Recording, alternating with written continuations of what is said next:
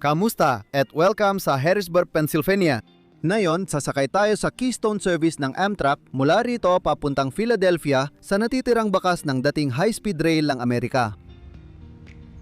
Magsisimula tayo sa Harrisburg Transportation Center, kanlurang dulo ng electrified Keystone Service at istasyon ng Pennsylvanian papuntang Pittsburgh. May 4 na plataporma at 8 riles ang istasyon, pero hindi makita ang mga ito dahil sa scaffolding ng kasalukuyang restoration project. Pagpasok natin sa loob ng istasyon, pumapasok tayo sa Pennsylvania Railroad Station na itinayo noong 1887.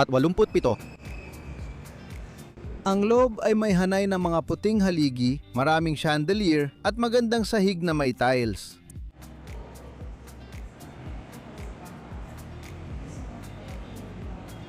Bago tayo makapunta sa Philly, kailangan natin ng tren. At sa kabutihang palad, may dumating na tren eksakto sa oras na kailangan natin ito.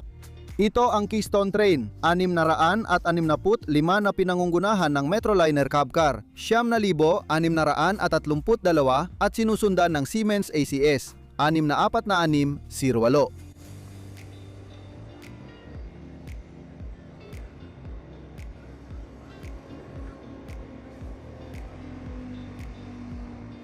Bumalik sa istasyon, sakay na. Pumila kami kasama ng mga pasahero, dumaan sa waiting area at bumaba sa platform. Pumunta kami sa likod, nakita ang bukas na pinto, sumakay at pumasok agad sa aming pribadong railcar. Sinasabi kong pribado dahil wala nang ibang tao dito at wala ring sasama sa unang kalahati ng aming biyahe.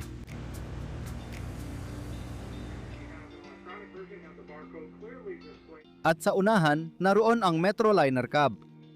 Ang cab na ito ay mula pa nung huling bahagi ng dekada 60 at unang bahagi ng dekada 70. Kahit na-update na ang kagamitan, halata pa rin ang edad ng cab.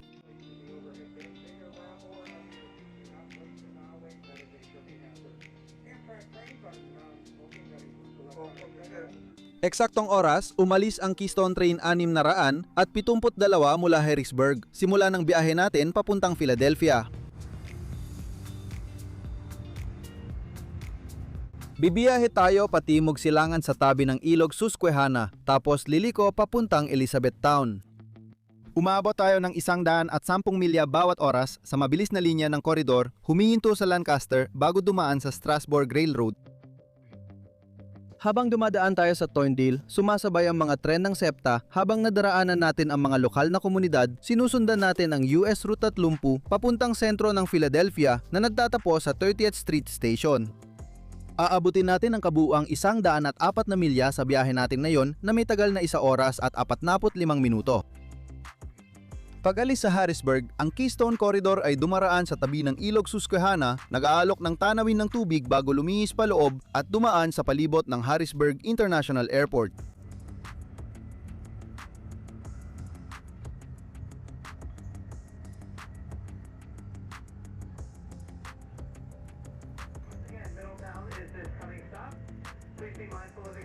Hindi tulad ng Pennsylvanian, madalas suminto ang mga tren ng Keystone sa pagitan ng Harrisburg at Philly at una rito ang Middletown, Pennsylvania.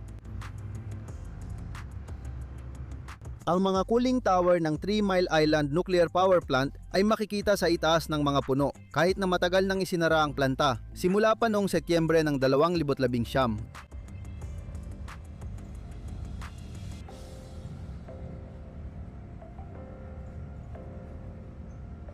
Ang Amtrak Keystone Tren ay may single-class na serbisyo gamit ang Amfleet isa Metroliner Cab Car at lokomotibo. Ang Metroliner ang nauna sa Amfleets, hinango pa nga ang disenyo ng Amfleet mula sa katawan ng Metroliner.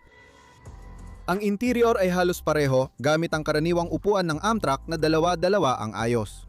May 68 pulgadang legroom at dagdag espasyo sa ilalim ng kasunod na upuan bawat upuan. May bulsa at tray table na nakalagay sa likod ng upuan at ang tray table ay sapat ang laki para maglagay ng medium size na laptop. Sa itaas ng mga upuan ay may mga ilaw na pambasa na may kasamang saksakan sa gilid ng mga pader. Pwede itong i-adjust. In-adjust ang upuan gamit ang pindutan sa gilid ng armrest na nagpapahilig ng sandalan ng 15 hanggang 20 degree. Ang mga upuan, gaya ng dati, ay komportable dahil sa vinyl na takip at maraming padding. Sa mga tren ng Keystone, kalahati ng mga upuan ay nakaharap sa unahan at kalahati sa likuran. Pinapabilis nito ang pag-ikot ng tren sa dulo ng linya at tinitiyak na may upuang nakaharap sa unahan kahit sa isang bahagi man lang ng biyahe. Sandali, anong ibig kong sabihing bahagi lang ng biyahe? Sa Philadelphia, nagpapalit ng direksyon ang tren ng Keystone, kaya ang likod ay nagiging harap papuntang New York City. Malapit sa pintuan ng sakayan, may mga upuan para sa may kapansanan at dalawang banyo. Ayos naman ang mga banyo at gumagana, pero hindi magara. Ganito talaga ang Amtrak na yon.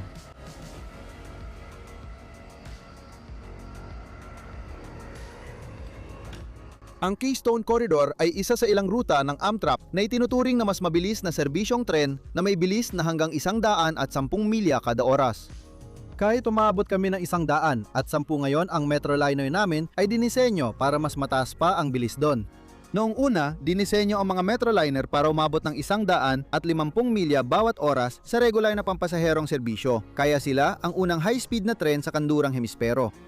Bagamat parang arbitraryong numero yang na yon, pinili ito dahil gusto ng DOT na lampasan ng serbisyo ang 130 milya bawat oras ng Tokaido Shinkansen ng Japan.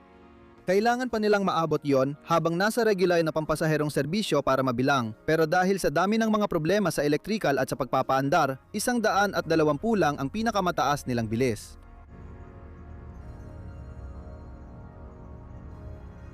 Habang nandito ang cab, di rin tayo makakakita ng marami habang umaandar. Dahil sa nakakandadong pinto at ilang insektong nakadikit, malabo ang tanaw sa bintana. Sapat na ang linis ng gilid na bintana para ma-enjoy natin ang tanawin habang paparada at paalis sa hintuan sa Lancaster.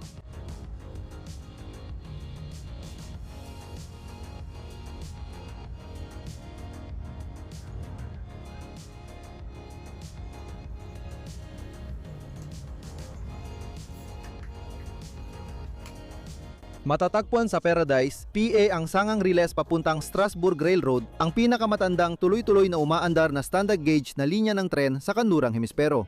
Regular na humihila ang Strasburg Railroad ng mga tren para sa pamamasyal gamit ang mga na-restore na steam locomotive. Magandang paraan ito para maranasan ang kasaysayan ng tren at kadakilaan ng steam power. Kung nagbibiyahe ka sa isang Keystone na tren at nag-utom ka, malas mo dahil walang cafe sa mga Keystone na tren. Bagamat 3.5 oras ang biyahe, karamihan ng pasahero ay mula Harrisburg hanggang Philadelphia o Philadelphia hanggang New York. Dahil sa dalawang bahagi ng ruta at mabilis na palitan ng pasahero sa Philly, hindi na kailangan ng cafe car. Bukod pa rito, bilang isang rutang sinusuportahan ng estado, naghahanap ang Pennsylvania ng kahit anong paraan para makatipid sa gastos sa operasyon. At ang pinakamadaling paraan para gawin yun ay tanggalin ang cafe car. Matagal nang napalitan ng mga subdivision ang luntiang tanawin ng kanayunan sa Pennsylvania. Ang ikalawang huling hintuan natin dito sa Ardmore ang simula ng pagtatapos ng biyahe.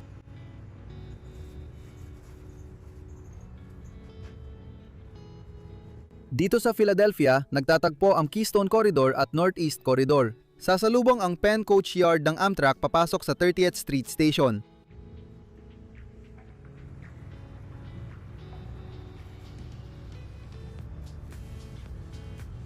Mula rito, tutuloy pa Hilaga ang 672 papuntang NYC na cab car ang nauna, pero dito na natatapos ang ating paglalakbay.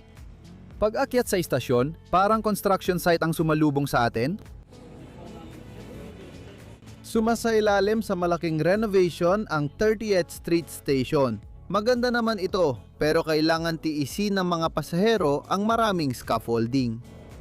Dahil tapos na ang paglalakbay, oras na ring tapusin ang video natin.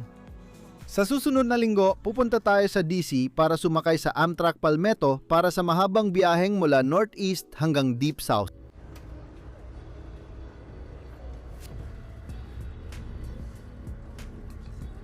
Kaya kung bago ka lang dito, malaking tulong kung i-click mo ang subscribe button sa ibaba. Libre lang ito at malaki ang naitutulong para suportahan ang channel.